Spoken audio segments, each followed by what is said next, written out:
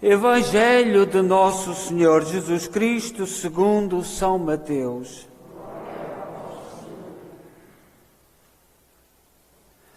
Naquele tempo, Pedro aproximou-se de Jesus e perguntou-lhe: Se meu irmão me ofender, quantas vezes deverei perdoar-lhe?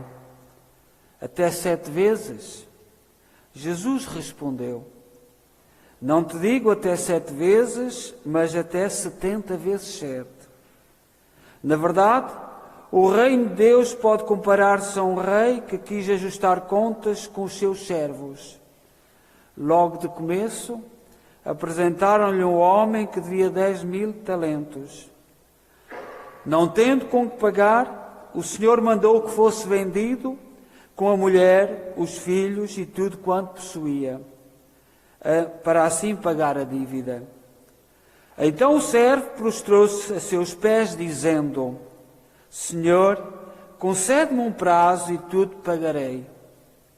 Cheio de compaixão, o senhor daquele servo deu-lhe a liberdade e perdoou-lhe a dívida. Ao sair, o servo encontrou um dos seus companheiros que lhe devia 100 denários. Segurando-o, começou a apertar-lhe o pescoço, dizendo: Paga o que me deves. Então o companheiro caiu a seus pés e suplicou-lhe, dizendo: Concede-me um prazo e pagar-te-ei. Ele, porém, não consentiu e mandou-o prender, até que pagasse tudo quanto devia. Testemunhas desta cena, os seus companheiros ficaram muito tristes e foram contar ao Senhor tudo o que havia sucedido. Então o Senhor mandou-o chamar e disse: Servo mau, perdoei-te porque me pediste. Não devias tu também compadecer-te do teu companheiro, como eu tive compaixão de ti? E o Senhor, indignado, entregou-o aos verdugos, até que pagasse tudo o que lhe devia. Assim procederá convosco meu Pai Celeste, se cada um de vós não perdoar a seu irmão de todo o coração. Palavra da salvação.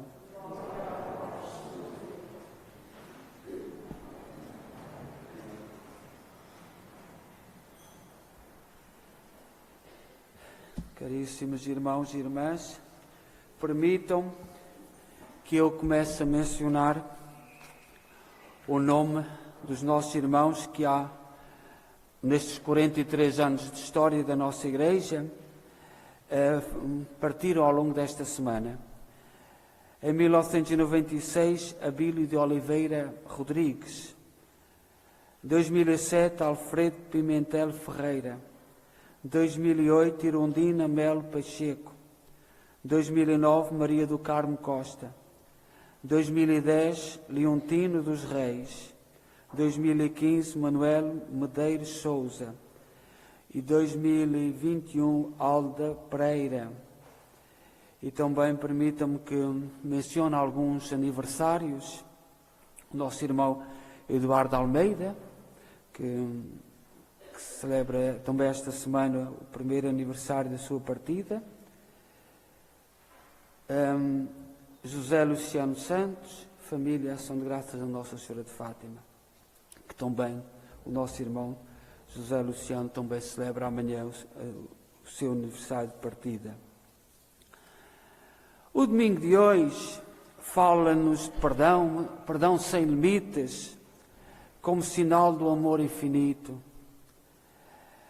São Mateus, no Evangelho de hoje, capítulo 18, versículo 35, diz assim: É assim que meu Pai que está nos céus fará convosco, se cada um não perdoar de coração a seu irmão. É assim, não tenhamos dúvidas, é assim que o Senhor procederá no Evangelho de hoje, colocar-nos já num lugar distante, num lugar onde nós mereceremos estar, se não perdoarmos, se não soubermos perdoar. Este capítulo 18 de São Mateus, todo ele, todo o capítulo. Nós hoje lemos o versículo 21 a 35, mas todo o capítulo 18 de São Mateus, que nós vamos celebrar esta semana, nesta semana é o dia da festa de São Mateus. Jesus trata neste capítulo 18 da vida da Igreja, a comunidade dos seus discípulos. No domingo passado, o Senhor Jesus mandava-nos corrigir o irmão, caso ele nos fizesse mal. Corrigir para salvar, corrigir para dar o perdão. Hoje, São Pedro pergunta: quantas vezes devo perdoar ao meu irmão, a quem fez mal à comunidade? E Jesus responde: perdoa sempre. 70 vezes 7, ninguém faz o cálculo matemático. Isto significa perdoar sempre. No Salmo de hoje que nós refletimos, diz assim: Ele perdoa toda a culpa e te cerca de carinho e compaixão. Não fica sempre repetindo as suas queixas, nem guarda eternamente o seu rancor. Não nos trata como exigem as nossas faltas, nem nos pune em proporção das nossas culpas. Assim é Deus, e já o salmista dizia. Olha para Deus, que tem alegria em perdoar, em dar o seu perdão. E ele conta, Jesus, que veio do Pai para nos indicar o caminho para o Pai, diz-nos qual é o critério de Deus: perdoar 70 vezes 7, isto é, sempre. Sempre que tu recorras, sempre que eu recorra, o Senhor está pronto a perdoar se do nosso coração for sincero. É esta a grande diferença entre quem crê e não crê, entre quem é aberto para Deus e quem fecha o seu coração a Deus. Para quem crê, a medida é Deus e o coração do Pai do céu, tal qual Jesus nos o revelou. Nos meus primeiros anos de sacerdote, eu estive no serviço militar. E havia lá um tenente que era bom rapaz, era muito boa pessoa, mas uma vez chegou ao pé de mim e disse: mas que coisa é essa do Deus em que tu acreditas? Que diz para tu, se te baterem numa face, para tu dares a outra? Que tipo de Deus é esse? Nós militares não entendemos isto, porque a guerra é feita para compensar o mal que nos fizeram. Agora, dar a outra face. E ele tinha dificuldade em entender a página do Evangelho. E quantos irmãos e quantas irmãs não entendem, não compreendem, fecham o coração e olham para os critérios do mundo, olho por olho, dente por dente. Não se entende este amor. Quem bate na face direita, dar à esquerda. A segunda leitura de hoje, o apóstolo recorda que a vida não nos pertence de modo fechado, absoluto. A vida é um dom e como dom deve ser vivida. Ninguém dentre vós, diz o apóstolo, vive para si mesmo ou morre para si mesmo. Se estamos vivos, é porque é para o Senhor que vivemos. Se morremos, é para o Senhor que morremos. Vivos ou mortos, pertencemos ao Senhor. Eu tenho falado nessa coisa que tem os nossos, tanto em Portugal como aqui, da eutanásia. E falo disso porquê? Porque os casos que eu tenho visto que assinaram o papel, que são para nós uma vergonha, e que eu sei que assinaram o papel porque foram os próprios que me disseram que assinaram o papel, e que para o mundo basta o papel, o que é que está por trás? Pessoas que sofreram muito com os seus filhos, que sofreram muito com a sua família, e chegam ao fim da vida abandonados, não sabem a quem recorrer e não querem dar problemas aos filhos que não têm condições para os amar. Isto é o que eu tenho visto. E eu não posso calar. A comunidade tem que pensar. Todos os papéis que eu sei que se foram assinados foi por amor. Por amor, porque viram que não se podiam contar com aqueles que estavam ao seu lado. E onde é que nós estamos?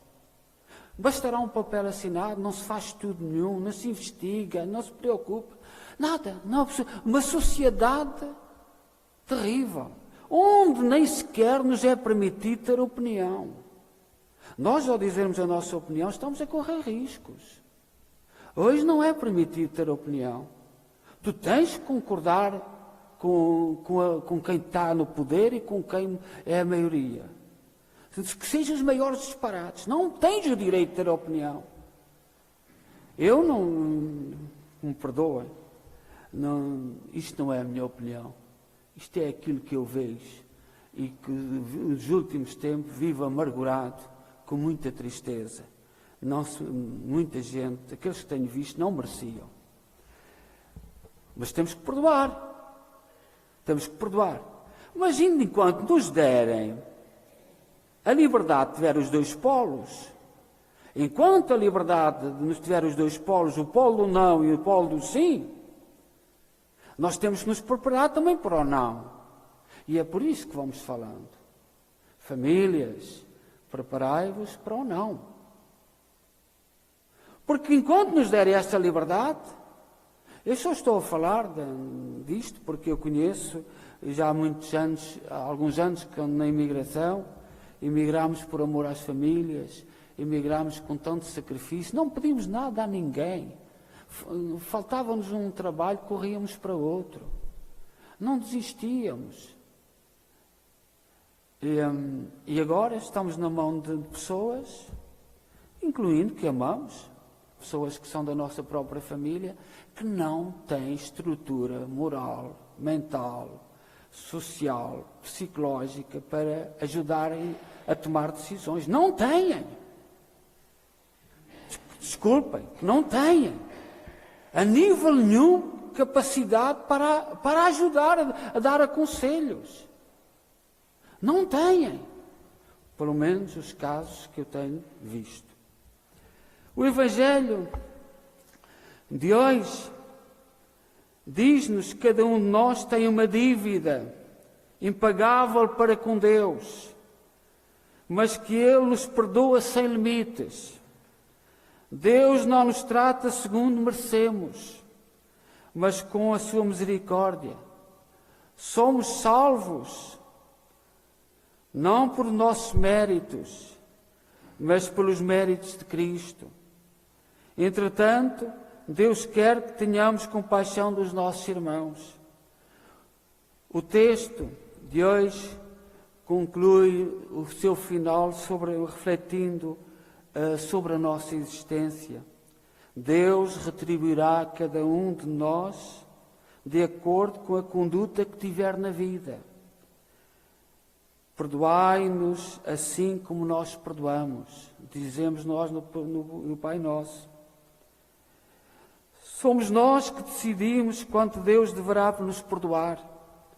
A morte sela o que foram as ações da nossa vida. Mas não podemos cair numa armadilha que o mundo nos faz. Existe um risco também no perdão. Consiste em formar-nos a mentalidade de que quem crê tem sempre o dever de perdoar aos demais. Este risco.